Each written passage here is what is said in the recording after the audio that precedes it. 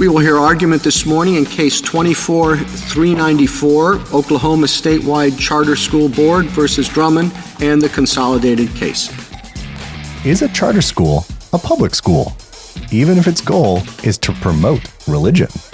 Does the Free Exercise Clause require taxpayers to fund charter schools that teach religion as truth? Is a charter school just another private organization with a state contract, or is it a state actor, or even a governmental entity? Are we on the brink of establishing the country's first religious public school? Yeah, man. Today we are tackling another big Supreme Court case with some major implications for education. We usually only see these kinds of big cases like once every few years at most, but the Supreme Court has been, let's say, all in on education these days. You've probably heard about this one too, since it's been all over the news for a while. This is about a Catholic organization that was approved to operate a religious charter school by Oklahoma's Charter School Review Board. All over the news and all over Chalk and Gavel. We've done an episode on this. We did. That's right. Yeah, that's right. We did a full episode on was it on the Supreme Court on the Oklahoma decision? Supreme Court's decision, yep. Yeah, so that's what this case is about. We've got this Catholic organization approved to operate a religious charter school by their Charter School Review Board. And then we've got the state's Attorney General, who's a Republican named Gentner Drummond. Gentner. I think it's Gentner. I think we said Gentner in that episode. And he believed that violated the state's Establishment Clause and the state's charter school law. So, as we talked about, it went all the way to Oklahoma's Supreme Court. We covered that in one of our earlier episodes. And we kind of thought that that's where this thing was going to stay. But no. You would think that. Yeah, not this time. The U.S. Supreme Court decided it wanted to weigh in on the situation. And here we are. Today, also, we've got some help, again, breaking down these oral arguments, because we need all the help we can get on the show. So we've got somebody by the name of Dr. Martha McCarthy, who is going to join us today. So let's dive into it. Are you ready, Chris? Let's do it. All right, welcome to Chalk and Gavel, everybody, where we explore how the law shapes education one case at a time. I'm Jamie Cudlitz. I'm a former middle school math teacher and principal. And I'm Chris Thomas. I've been a high school English teacher and a school attorney. Now we're both professors of educational leadership, bringing you the fascinating stories connecting the courtroom to the classroom.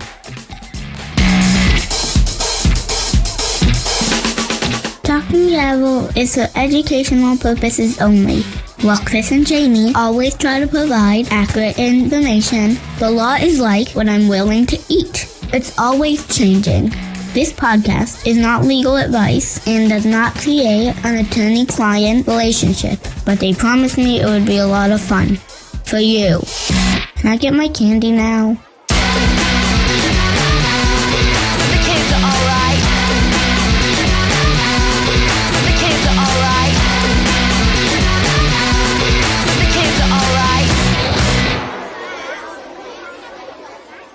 So there's always been a lot at stake when it comes to education, and so much of that plays out in the shaping and interpretation of our laws and policies. And right now, the stakes are pretty high. After all, the court shapes how students express themselves, how teachers teach, how a principal shapes the culture and climate of the school, and how school boards govern. And Chalk and Gavel is the show that breaks it all down for you. If you haven't already, please follow or subscribe to us on YouTube, Spotify, or wherever you get your podcasts. Give us a rating. Go to our website, chalkandgavel.com. Leave us some feedback. We would love to hear from you. And if you like what you hear, we would love it if you would consider supporting the show on Patreon for just $2 a month. That goes a very, very long way in helping us keep this show on the air. You know what, Chris? And just on that note, I just want to say to those of you listeners out there or watchers now who have submitted feedback and sent lovely, kind words and all of those things, we want to say thank you so much to all of you who are supporting us on Patreon, helping us keep the show going. We truly, truly, truly are grateful for your support and just want to say thank you. Absolutely. All right. So here we go. Let's get into it. All right. Let's do it. Today, we are breaking down the oral arguments in the Oklahoma Religious Charter School case. This time, we've got the petitioner, who is the Oklahoma Statewide Charter School Board, arguing that Oklahoma's exclusion of religious schools from getting a charter license is religious discrimination, which violates the free exercise clause of the First Amendment. Okay. And on the other side, we've got the other religion clause, the establishment clause, because the Attorney General Drummond, he believes that the charter schools in Oklahoma are public schools and therefore should be governed by the establishment clause, which supports the separation of church and state. And so according to Drummond, the state's charter laws are constitutional and they expressly prohibit religious charter schools. This is an easy case. So this one, like the Kennedy case before, you can check out, I think it was episodes 11 and 12. This case has the possibility to further redefine our country's long-standing approach to religion and public education. This has been a complex and decades-long conversation, and to help us make sense of it all, we are welcoming to the show today our good friend and education law powerhouse, Dr. Martha McCarthy. Welcome to the show, Martha. Thank you. It's great to have you. So Martha McCarthy is a presidential professor emeritus in the School of Education at Loyola Marymount University. She was also chancellor's professor emeritus at Indiana University. She's been a president of the Education Law Association, the University Council of Educational Administration. She's been the vice president of Division A of AERA. She has been showered with awards from like all of those organizations. She has been tackling issues of religion and public schools for decades. Her first book on the subject came out in the early 80s. If there is anybody who can help us figure all this stuff out and help you all have a great understanding of what this case is about and what religion in education is all about in general, Dr. McCarthy is the person. So we are thrilled to have you, Dr. McCarthy. Thank you so much. Well, thank you. And I think those words of praise are far too generous, but thank you. Absolutely. Well, he left off some very important things in your bio, too. Like, that's the short version. There's a much longer version. That is so I don't highly know. condensed. Yes. Including getting your PhD from the University of Florida, which is where I'm sitting right now. Oh. Go Gators. Go Gators. All right. Well, one of the things we wanted to do with this before we dive right into the case is just give our listeners a little bit of a background about religion in education. We've talked a little bit about religion in education on a handful of our episodes. We really want to dive in and give kind of like a religion in education primer here, because the courts have said a lot over the last 50, 100 years, right, when it comes to religion in public schools. So, Martha, our first question to you is like, how would you describe that? What have the courts kind of traditionally said about religion and education? Well, it's a question that we could talk about for a long, long time. That's a big question. But it's important to remember that when our Constitution was drafted, we were the only country that had an establishment clause. Some had equivalent of free exercise clauses, but we were the only one with an establishment clause. And many of the early settlers, they were fleeing from persecution. So they had a clause that said the government could not enact laws respecting the establishment of religion. You didn't have to say everybody must be a Baptist. You just had to have a law that moved in that direction. So this was really important, and the Establishment Clause was viewed as very important until recently. And then we have the Free Exercise Clause. It was intended to protect individuals' exercise of their own beliefs so that the government couldn't encroach on that. It was not intended at the beginning to be an entitlement to governmental benefits. It was to protect the individual from encroachment. And as some have noted, and we've seen it in some cases, if you carry them both to the extreme, they can really be in conflict with each other. If you're overzealous in anti-establishment provisions, you might encroach on free exercise rights and vice versa. But we have a long line of cases dealing with religious influences in public schools, and until recently, courts were pretty consistent saying you can't have government imposed or government sponsored or condoned religious influences in public schools, and an equally long line of cases dealing with state aid to non-public schools. And in the 70s and 80s, the courts were pretty stringent with the Lemon test that said, really you cannot aid religious schools, religious institutions. Now, the court in recent years has relaxed that somewhat, become more accommodationist, but until 2017, none of the cases, not one of the state aid cases, dealt with the free exercise clause. They were all whether the governmental action violates the Establishment Clause or comparable state provisions. Most states also have, quote, no aid provisions, but it was only in 2017 when we really had a sea change in this regard. And I'm sure we'll talk a little bit about that. Yeah. Actually, that's kind of where I want to go, because you mentioned these two clauses, and there's always been kind of some tension, or to use some of the Supreme Court's language, some play in the joints, right, between the two clauses. But I think you mentioned that the Establishment Clause seems to be on the wane, as the Free Exercise Clause is on the rise.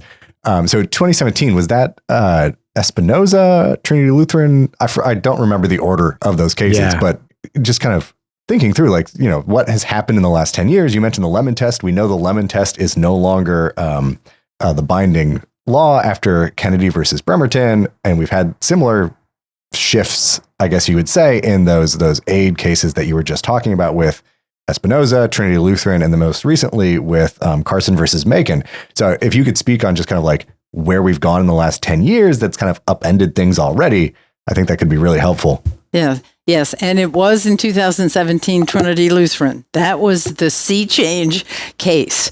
And interestingly, it had to deal with, religious groups applying for state grants to resurface their playgrounds. If the Supreme Court had followed its prior cases and just said, there's no Establishment Clause violation, there's no state aid, state no aid clause violation, and it would have caused few ripples. People wouldn't have even paid much attention to Trinity Lutheran. But instead, the court said there's a free exercise clause entitlement for the religious groups to participate.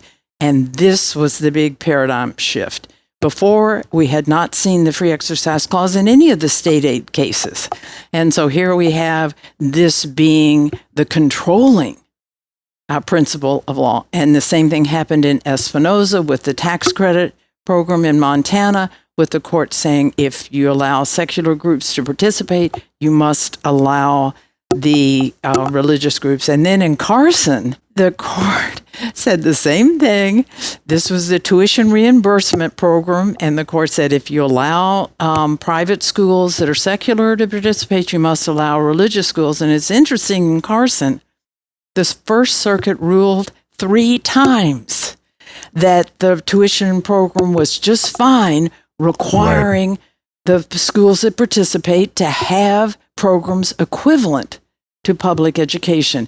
Now, contrary to what one of the attorneys in the St. Isidore case said, the state did not bar religious groups from participating in the reimbursement program if they had programs, curricular, that was secular in nature. Religious groups could have participated. But nonetheless, the Supreme Court reversed the First Circuit for the 3rd time and said that if you allow private schools to participate that are secular, you have to allow religious schools. And by the way, it's still being litigated at the lower court level right now, because the 2 plaintiffs in that case, they didn't want to comply with Maine's human rights laws. And they wanted to teach, their obviously sectarian curriculum. So it's being litigated whether they have to participate and have to comply with the Maine civil rights laws. Interesting. So we'll see what happens. That could be the next case. And the implications are pretty similar in this case that we're going to talk about today too, about how far a decision in the favor of St. Isidore, the charter school board, how far that could potentially go as far as implications are concerned. What are schools going to be permitted to be able to teach or not teach, or or admit which students are they going to be allowed to admit? deny. Do they have to follow the IDEA and serve students with disability? Like there's a whole litany of potential implications here, right? Incredible. Yeah. So it's kind of like, I guess, sum up the shift that we've seen over the last 10 years is we've seen the free exercise clause become more of a sword to allow for entitlement to like government programs rather than as a shield from the government, right? And Absolutely. Martha, I think I need to give you credit for the sword shield analogy because I'm pretty sure I heard it from you first. Well, you may have heard it from me, but I think I got it from the one of the state Supreme Court decisions. I believe it was in Montana. Okay. Credit where credit's due then. That's the question that I keep coming back to in these cases is like, what does the Establishment Clause mean now after all of this shift? Like, I don't know if I know what the Establishment Clause means. Well, and I think it was Justice Kagan, but a couple of them mentioned this in the last few cases that, the free exercise clause now trumps the Establishment Clause. And does it have any meaning at all? And what I would ask is, why would our framers have included it if it was meant useless to be an equal protection clause, which is what it has turned into, equal protection of religious and secular entities? And why would we have included it in the first place if that's what it was meant to be? And it's interesting that the new standard on the Establishment Clause is historical, historical support, and it's very nebulous and nobody knows what it means. But surely they don't mean historical support at the time the Constitution was drafted, because Madison and Jefferson were staunch separationists. Their historical support they're looking at is much more short-lived.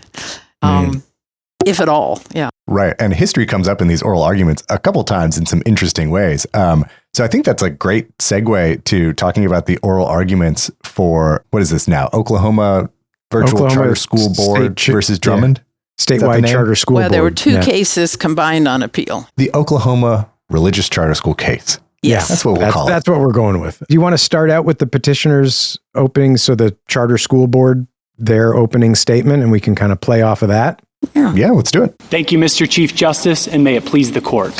Oklahoma's charter school program relies on private organizations to create more educational options, and it empowers those groups to innovate by giving them broad autonomy over their mission, curriculum, and operations. Fueled by private ingenuity, those schools are thriving, as they specialize in diverse subjects like Native American culture and environmental stewardship. But state law categorically bars religious groups and programs, deeming religion to be the wrong kind of diversity. That religious exclusion violates the Free Exercise Clause.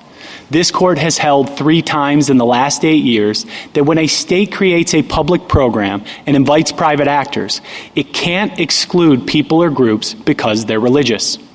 The Oklahoma Statewide Charter School Board is committed to this principle of religious neutrality. That's why it approved St. Isidore's application based on the strength of its proposal, refusing to reject the group because of its faith. But respondent won't tolerate groups like St. Isidore operating in the program, so he sued to exclude them. He now argues that the First Amendment, specifically the Free Exercise Clause, is irrelevant because St. Isidore is part of the government. But it's not. St. Isidore was privately created by 2 Catholic organizations, and it is controlled by a privately selected board of directors. Under this court's test, St. Isidore is neither the government nor engaged in state action. There are already hundreds of families that have signed up for St. Isidore.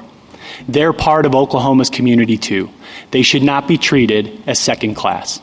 I welcome the court's questions. Okay, so let's talk just briefly about what the heck he's saying here. 2 parts to it: that it's a private school and that it's being discriminated against under the Free Exercise Clause. Those seem to be the 2 key things. But the first one, I just think it's very difficult to make the argument that a charter school is a private school. A private school could exist for 100 years, but once the state says you are a charter school, a public charter school, the state is establishing that school. And the National Alliance on Public Charter Schools, came out with a strong statement that charter schools are public schools. And I haven't looked at every state law, but I looked at a number of them. And that's always right up there with the charter school law, that they are public schools. And a number public schools. Yeah. I was just going to say, a number of other courts have essentially recognized that charter schools, like our very first case that we covered on this show, was the Fourth Circuit ruling here in North Carolina that charter school about Title IX violations, and they were basically saying, we're not a public school, so we're not subject to Title IX and those other things. And the Fourth Circuit came back and said, yeah, you are. And actually, that one, I think, was appealed to the Supreme Court, and they denied cert. Absolutely, and they declined to review it. And what's so interesting in this case, the attorney was asked, what's the difference in the Fourth Circuit decision that we declined to review, where the court said charter schools are actually public schools? And I just thought the response was very weak, because the attorney said, well, it didn't involve a religious issue. And I'm sitting there thinking, so the charter school is a public school unless it involves a First Amendment religious issue. I thought that was not a good response to that question. Right. Yeah, that was Justice Sotomayor who asked that. And then she had a line, like, after the attorney's non-answer, she basically just said, like, what's changed? The administration has, and like just moved right on. Like, it was actually I've made my point at that. I've made my point. Let's move on. Yeah. But let's, real quick, like the difference between a public and a private school here. Okay. Or the difference between a private school and a charter school here. Like, these two things are not one and the same. And this was part of a lot of the back and forth in this case, is sort of who has the power, who makes the decisions, who has the control. And I think they were trying to establish in some of the questions that there is or is not a difference between a private school and a charter school. And one of the questions that I remember them spending a decent amount of time on was like, who controls the curriculum? Well, I can tell you right now, in a private school, the state does not control the curriculum. It doesn't oversee the curriculum. Right. In charter schools, or at least in Oklahoma's, there is some degree of curricular control determined by the state. And that's very different than what is required of private schools. In most states, private schools are merely required to kind of like keep attendance records and maybe administer a pretty minimal standardized test once a year or something like that. Like there's very minimal state oversight of private schools, and charters are different. Yeah. Well, Right. and I think the attorneys tried for the petitioners to say, oh, the state oversight is just at a general level. Yeah. It's just very minimal, and kind of downplayed that. But actually, they look at the curriculum. They can close charter schools. If a charter school isn't doing what it's supposed to do, they can close the school. And there's a lot of oversight. And in fact, St. Isidore changed the contract to eliminate certain things from it. Right. So why would you need to do that if there was just no oversight at all over it? So, yeah. Right. Yeah. Because this question of like, how much involvement essentially does the state have in St. Isidore? Like, that to me is kind of like the question, because if we say it's a private entity, then we're in free exercise land. And this is, once you open up a public benefit, you can't exclude someone just because they're religious. That is a pretty, settled interpretation of the free exercise clause right now. But if this is a state actor, or if it's a governmental entity, then we're in clear establishment clause, because if the establishment clause means anything, it means that the government can't teach religion as truth. Right. And so like that answer has such huge implications. But going back to that contract and the curriculum issues, like that to me is such an interesting one because the school doesn't exist until the charter school board says it does. So it's created by state action. And there was these like arguments about whether it has to be the legislature that creates it or if it's just the, the rubber stamp essentially of the government to say like, oh yeah, like you're accredited. Because that was kind of what Justice Thomas was trying to like say is like basically like, oh, the government's just an accrediting body. They're just kind of like signing off to say you can have your school. But like that doesn't seem like it matches the reality of what's happening in Oklahoma's law. No, I would totally agree with that it's the oversight. I mean, there are two factors that the attorneys that were, trying to defend the Supreme Court, the state Supreme Court decision that it was created by, and you said it very well, Chris, it was created by the state, but there's also incredible oversight and control by the state if it is a public charter school. And I keep coming back to this term public. I just think it was very hard for the attorneys for the school to get around that it is going to be considered a public school. Which is why they didn't use the language public school. Like this is something I picked up on. They didn't say public school. They said government school.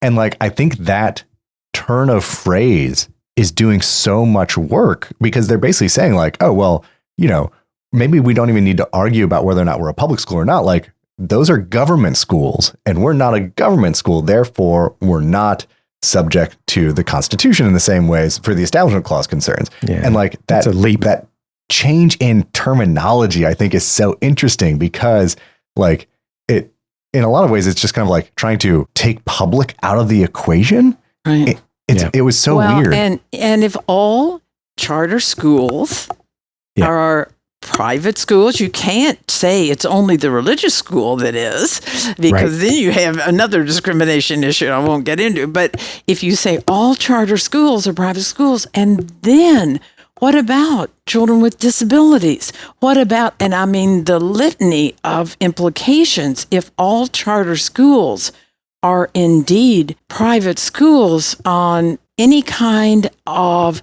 employment dispute, they're just all kinds of things that come into play. What happened towards the end of the arguments is the attorney for Drummond, so arguing sort of against the establishment of a religious charter school, was asked basically what could potentially happen here. And honestly, I think he gave a good response covering the potential implications. Let's play that for you. If this court were to rule for petitioners, what would happen in Oklahoma, in these 40 plus other states with laws of a similar kind that declare charter schools to be public schools? What kind of issues would they have to confront in the future? What do you think the range of choices they would make is likely to be? First, every charter school law in the federal charter school program is unconstitutional because they all require that charter schools be public schools and that they be non-sectarian. So we're dealing with the confusion and uncertainty that's created by that to begin with. States may react differently. Some may reenact charter schools under the details this court might lay out as to how to legislate. Or, many states will just say, no, with respect, in our state, our traditions are not to allow the teaching of religion in our public schools. We don't know. This is going to create uncertainty, confusion, and disruption for, potentially millions of school children and families across the country. There's another piece to this, which is that under the federal law, the IDEA statute, charter schools are covered because they're understood to be public schools. This court holds that charter schools are not public schools. Then there's a question as to whether children with disabilities who go to charter schools would be covered by the IDEA, and that's another problem that'll have to be sorted out. In terms of litigation, you'll get litigation over who can be admitted. They say they'll take all comers. Surely there will be schools that want to test the next limit. There'll be questions about who can be teachers. Can you have a gay teacher or not? There'll be questions about the application of the ministerial exception. And then there are going to be questions about curriculum. This court is going to be superintending curriculum. Maybe they would go too far and saying you can't teach evolution, you have to teach creationism, but there are going to be a lot of line drawing problems in between. So in the words of my good friend, who I don't know at all, Bill Murray, dogs and cats living together, mass hysteria. Right. Yeah. Like the litany of fallouts for this is it's so hard to kind of put it into words without like hyperbole, because it's just such a big deal. So like, when I was researching to get ready for this episode, like there could be a day in June or July this year where 3.7 million students in charter schools wake up and don't have constitutional rights anymore in schools. Yeah. Like there could be 250,000 teachers who wake up one day in June, and because they're not, employed at public schools, or, they're not state actors according to the Constitution, like they won't have constitutional protections anymore to free speech, to due process, to, against unlawful and unreasonable searches and seizures. Like there's just so much stuff here that there's an issue here in Oklahoma with this school that wants to create a virtual charter school to serve, a couple hundred students, but that's going to impact the rights of 3.7 million other kiddos. Yeah. Well, and are we going to have to litigate all these laws separately, because they do differ? California may be somewhat safe in that there's a provision in the California charter school law that private schools cannot convert to a public charter school. So there's a provision in there. Will other laws be changed to preclude this? Will some states say we're just getting rid of the charter schools altogether because of these problems? And one of the implications I think really wasn't addressed too much, the implications, if we have a religious public school, the impact of religious observances and activities in other public schools in the district. And right now we have, the Louisiana trying to put the 10 Commandments back in. We have Oklahoma saying they have to teach the Bible. Texas has a Bible law now as well. Florida has a number of laws putting religion. So are we going to just see this creep into public schools so that at some point all of our public schools have a particular faith orientation? And what does that do to our commitment as a nation to diversity and to trying to educate students to respect diversity if they're all choosing their school based on their religious creed? I mean, the implications just go on and on. Right. And that's why the Drummond and the Oklahoma Supreme Court, like in the lower case court, they kind of, to me, interpreted the Establishment Clause as kind of like the reverse free exercise clause, where like the free exercise clause says the government can't infringe on your religion, and the Establishment Clause says the government can't put its finger on the scale of basically promoting certain religious beliefs. So it's almost like a different way to protect individual religious freedom, because we don't want the government to be kind of like tipping the scale or promoting certain religious ideas over others. And like this is such a prime example of that, where there's very, very real possibilities of that happening. And they tried to dance around that a lot. Didn't Sotomayor ask what's sort of the essence of the Establishment Clause anyway? Right. Oh yeah. Because like, what does the Establishment Clause mean if this is allowed? So like, I think we have that clip too. Do you want to play that? Yeah, I'll play it because I think interestingly, what I've got here is the petitioner's response to that question. This is the school, the St. Isidore's attorney. So. Right. Let's try. I thought that the essence of the Establishment Clause was that, and Carson said this, Trinity said this, in basically every religious case we have, that the essence of the Establishment Clause is that we're not going to support people, religious leaders in teaching their religion. Do you accept that proposition? I don't accept it if it's part of a neutral and generally applicable program. That's an interesting question. So if we decide to fund just a Christian school and no other school, you say that would violate the Establishment Clause, correct? That very well might violate it. If the government's picking and choosing religions, then yes, that would. If we pick and choose, as we did in one part of our history, only Catholic schools to teach Indian children so they can become Catholics, would that violate the Establishment Clause? If the government is picking and choosing a particular religion and not agreeing to allow other religions into the program, then that would be an Establishment Clause violation. And here they're not teaching other religions, correct? They're only teaching the Catholic religion. St. Isidore is, but the program is open to other religious applicants to apply to teach other if they don't beliefs. teach religion. Well, under our theory, it would be open to other religious organizations that are willing to abide by the other terms of the program. So what you're basically saying, there's no longer no play in the joints. This has nothing to do, there's no Establishment Clause, really. What you're saying is the Free Exercise Clause trumps the essence of the Establishment Clause. Because the essence of the Establishment Clause was, we're not going to pay religious leaders to teach their religion. That is and has always been the essence. And here we're paying Catholic leaders, Catholic teachers. You can only be a teacher in this school if you're willing to accept the teachings of the Catholic Church. Then we're willing to say the free exercise provision trumps the Establishment Clause. I mean, that's fascinating. And one of the things that I was thinking of when I was listening to that, I was listening to his answer. And he's basically saying, yeah, that would violate the Establishment Clause if you picked this religion but didn't pick that religion.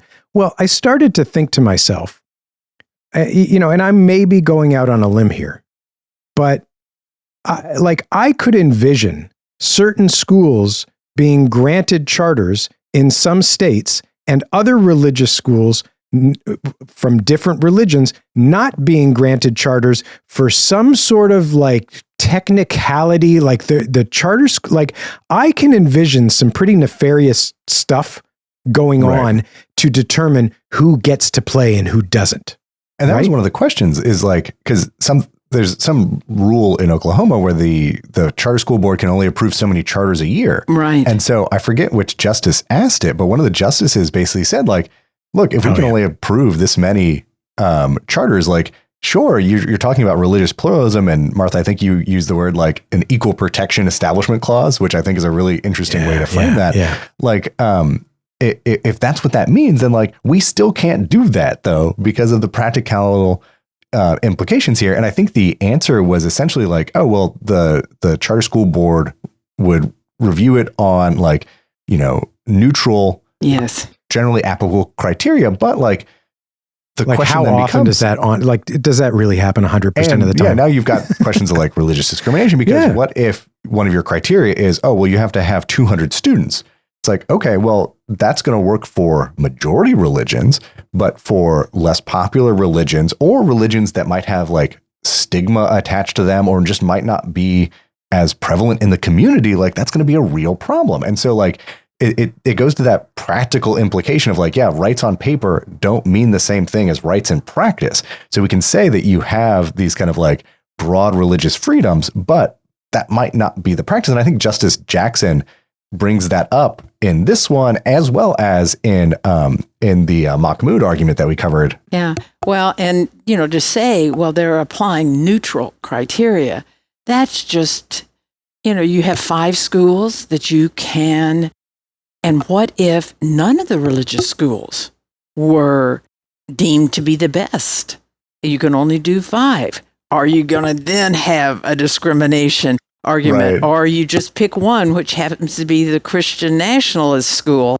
Then you didn't pick the others. And it's very difficult to go back and say, they didn't apply their neutral criteria. I just think the implications of how they make this determination is just mind-boggling, really. One question I've got for you, Martha, you have been running in these circles for a while. What would be sort of the argument that education law scholars, who might be sort of on the other side of the spectrum of this, what would their response to to this conversation be? What do you think? Well, I think probably the strongest argument they would have is that these are private entities contracting with the state, because we had the Fulton case with the Catholic Charities that said, there was a lot of state involvement there with the Catholic Charities, but they were private entities that were indeed contracting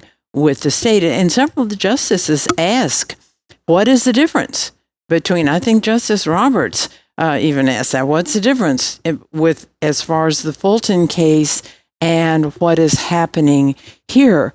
And I think the argument is these are not private entities seeking contracts.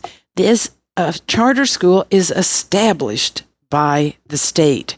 And I think, to me, that ends the argument with the private. But I think that would be one of the strongest that they could make, is that these are private contractors. It's a private school, like in Carson. These were private schools that were trying to get a state benefit. In Fulton, it was the private charities, Catholic charities, that wanted to place their foster parents and children and exclude same-sex couples, and that the court ruled in their favor. Right. Yeah. And I think Justice Kavanaugh, I think he was the one that invoked the idea of we've got religious organizations that do a lot of things that are kind of funded or sponsored by the government. So food banks, charities, homeless shelters, all of that stuff. And I think he asked the question, what's different between that and schools? And Gorsuch picked up on that as well. And I think Gorsuch kept saying, what's the rule here? I need a rule for why schools fall on this line and those things fall on that line. And I think the argument that was ultimately given is a good one, which is schools fall on this line because public education, the history and tradition of public education is so crucial, important. And the level of state involvement here is so high, where it's not as high in those other things. So the contract metaphor, well, I think, that might likely be where the court goes. It just doesn't seem as strong. No, but to Justice Kavanaugh's credit, he also gives another argument for why, a practical argument perhaps, about why religious charter schools would be a good thing. And it goes back to kind of the original idea for charter schools, which is to promote innovation and educational choice. And so this idea that more options are better than fewer options. So to me, that doesn't win the day, right? Because Justice Jackson points out the benefit here that you're trying to have access to is secular schooling, and you are non-secular because you're trying to teach religion as truth. So it seems to be an apples and oranges sort of thing. Yeah. Oh, no, I think they played very much on this increases the options. It gives parents more choices for their children. But again, these are public schools. And in some states with charter school laws, they don't allow private entities to propose charters. But it just happened in this one, they do. But they can offer a lot of options to children for innovation. And by the way, the attorneys for the plaintiff said, they've reduced all state regulations. That's just not correct. No. They've reduced some state regulations as far to allow innovation and to allow curriculum where they take some chances with some things. But they still have to meet state standards. They still have to meet all kinds of state regulations. So that was a little bit erroneous to say that they've just reduced all state regulations. Well, and then on the other side of that, one of the justices, I think it was Justice Alito, but I could be wrong there, after the attorney for Drummond kind of said all of the ways in which the state is involved in these charter schools, was wait, that's just a public school. What's different here? Why have charter schools at all if that's what this is like? And so, there's this question of how, it's a spectrum, right? Where on this spectrum do we draw the line for, yes, this is a public school. This is a private school. Wasn't he also the one that went on some rant about, if you've got something that promotes a secular viewpoint, then it's discrimination or something to... He had a line of gotcha questions that I don't think landed the way he hoped they would. Yeah. But no, Jamie, I think I know exactly what you're talking about. But like he invokes the Mahmoud case, Yes. right? But where I think his point that he's trying to make is if we allow schools to promote a secular viewpoint, then we have to allow schools to promote a religious viewpoint, which, Yes. if you boil that down, doesn't apply to just public or versus private. Oh, no. no. That would apply to public schools, Public period. schools as well. Yeah, but Jamie, did you want to play that clip? I think I've got it. Can a charter school seek to inculcate a secular viewpoint, not just a secular viewpoint, a particular secular viewpoint? I mean, with respect, I don't know what you mean by that. I mean, All right, to the extent traditional public schools can, yes. I'll take your example of a school that focuses on music. So could a school that focuses on music teach only the music composed by dead white men, Brahms, Bach, Beethoven, and Brahms, and all the rest? Could they do like that? A traditional public school could, but what charter schools can't. Could a school that focuses on music say, no, we're not going to do that. We're going to include jazz and hip-hop and rap and music from non-European countries? Could they do that? I think they probably could do that. All right. Could a school say, we're going to be a LGBTQ plus friendly school, so that the books that elementary school children are going to read are going to have lots of LGBTQ plus characters, same-sex couples, and they are going to send the message that this is a perfectly legitimate lifestyle. They're going to tell the little kids, your parents may say you're a boy or a girl, but that doesn't mean you really are a boy or a girl. Could they do that? No. And the reason why they couldn't is because state law prohibits the teaching of gender studies or race in public schools, traditional public schools and charter schools. And that reminds me. I'll give you another example. Could a school say, we're a progressive school and we're going to do everything the state wants you to do, but we're going to teach history from the 1619 Project standpoint? Right. Yeah. So like he's trying to make the point that like, look, schools promote viewpoints. So because they promote secular viewpoints, we've got to allow them to promote religious viewpoints. And like the attorney, to his credit, responded was just like, pretty well. I'm not going there. Yeah. Sorry. Yeah.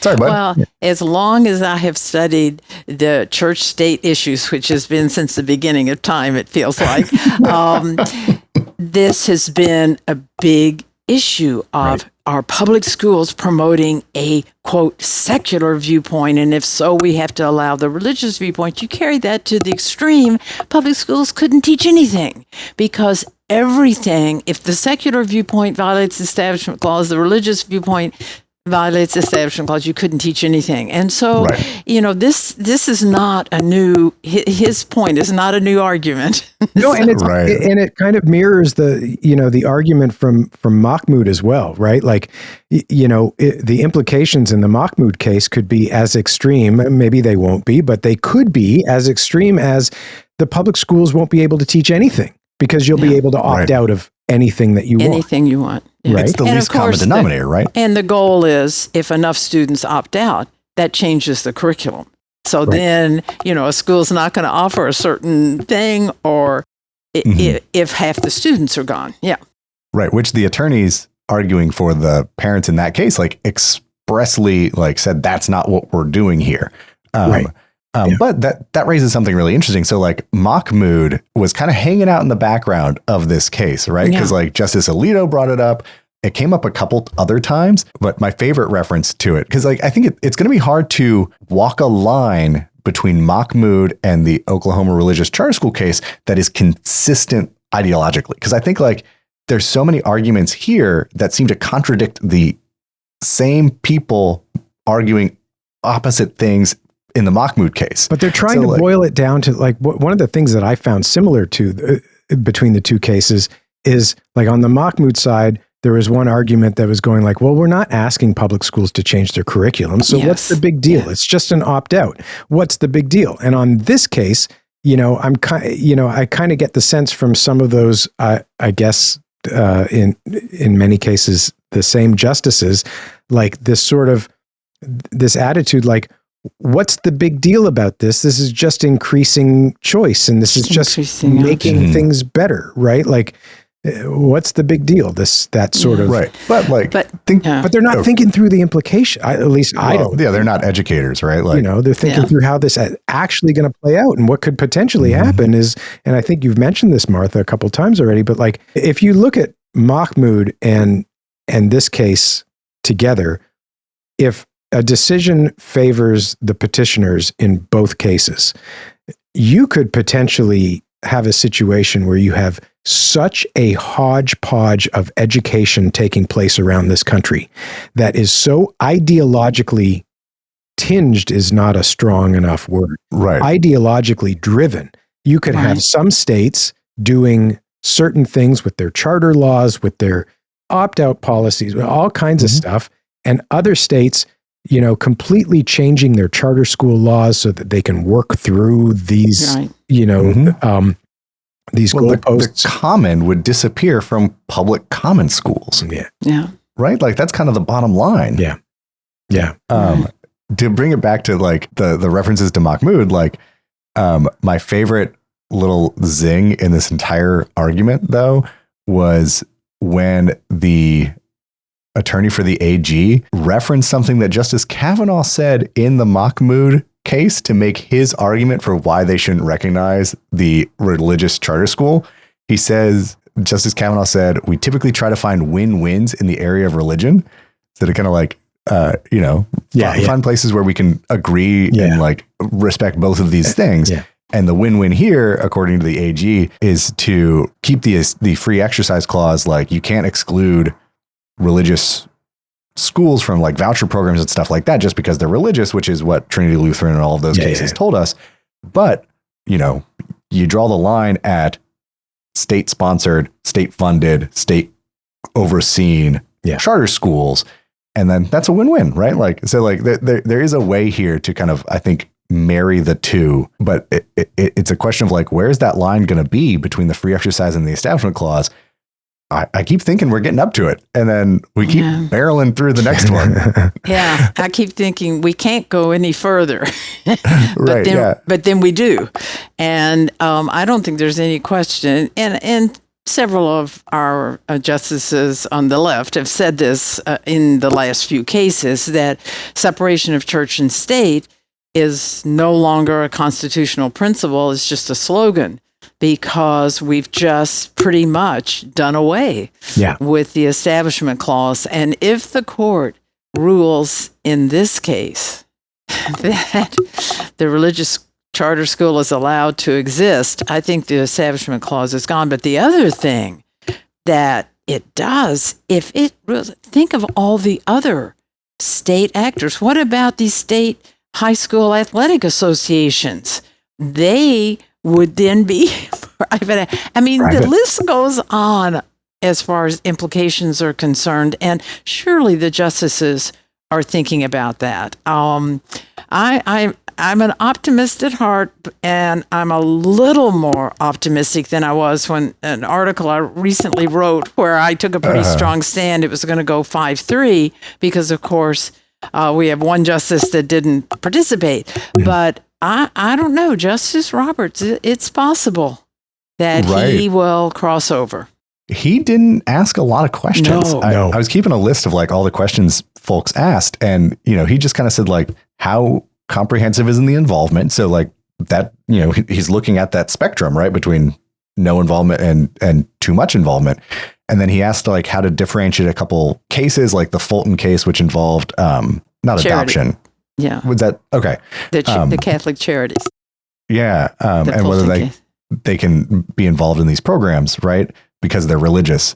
And then I think the only other thing is like, he asked a question about, he didn't understand how Saint Isidore was a creature of the state. And the attorney said in response, like, oh, well, Saint Isidore isn't a creature of the state.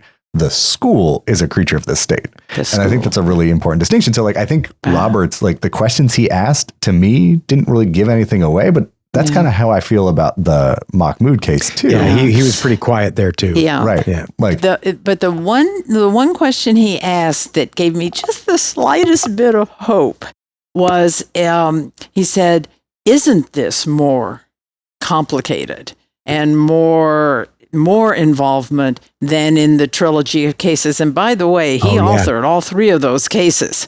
So we pretty much know where he comes down on the state aid issues. But for him to say, isn't this more, you know what? I think I've got that. Let's just listen to him say it real quick.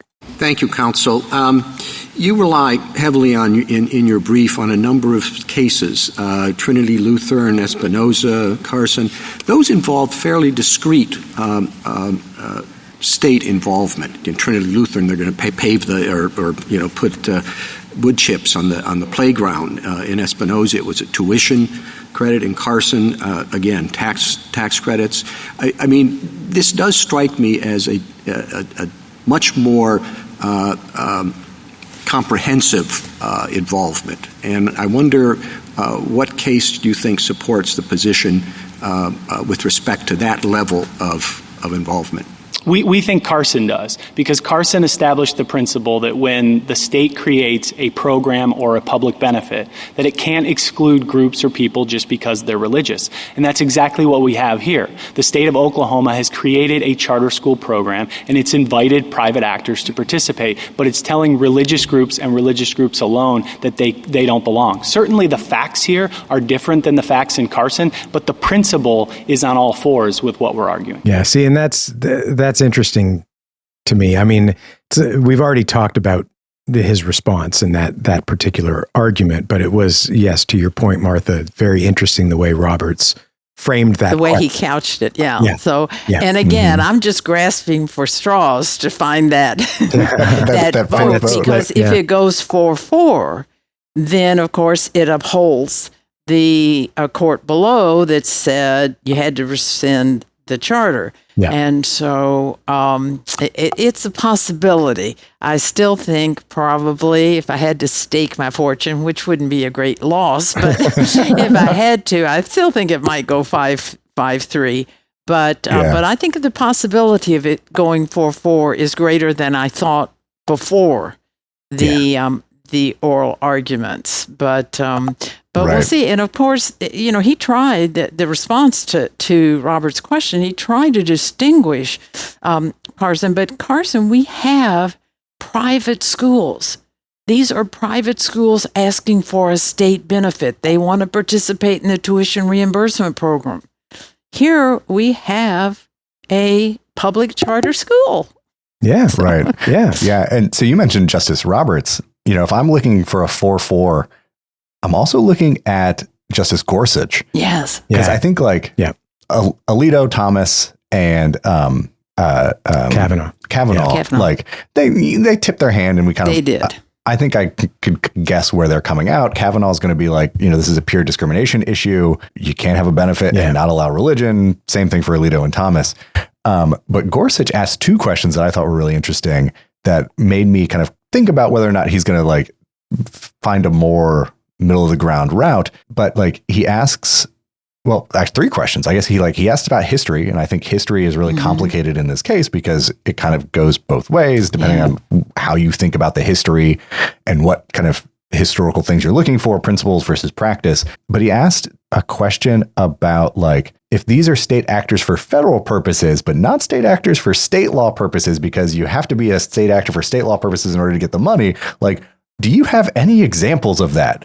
And the attorney was like, no. And that is not the answer I think he was looking for. Gorsuch wanted there. So I think that, this idea that sometimes you're a state actor and sometimes you're not, he seemed to be open to that about that and argument. I'm really glad, Chris, that you mentioned Gorsuch, because I also made a note after listening to the oral arguments that he really didn't tip his hand. The 3 tipped theirs. I think I'd be shocked if Alito and Kavanaugh, et cetera, but he really did not.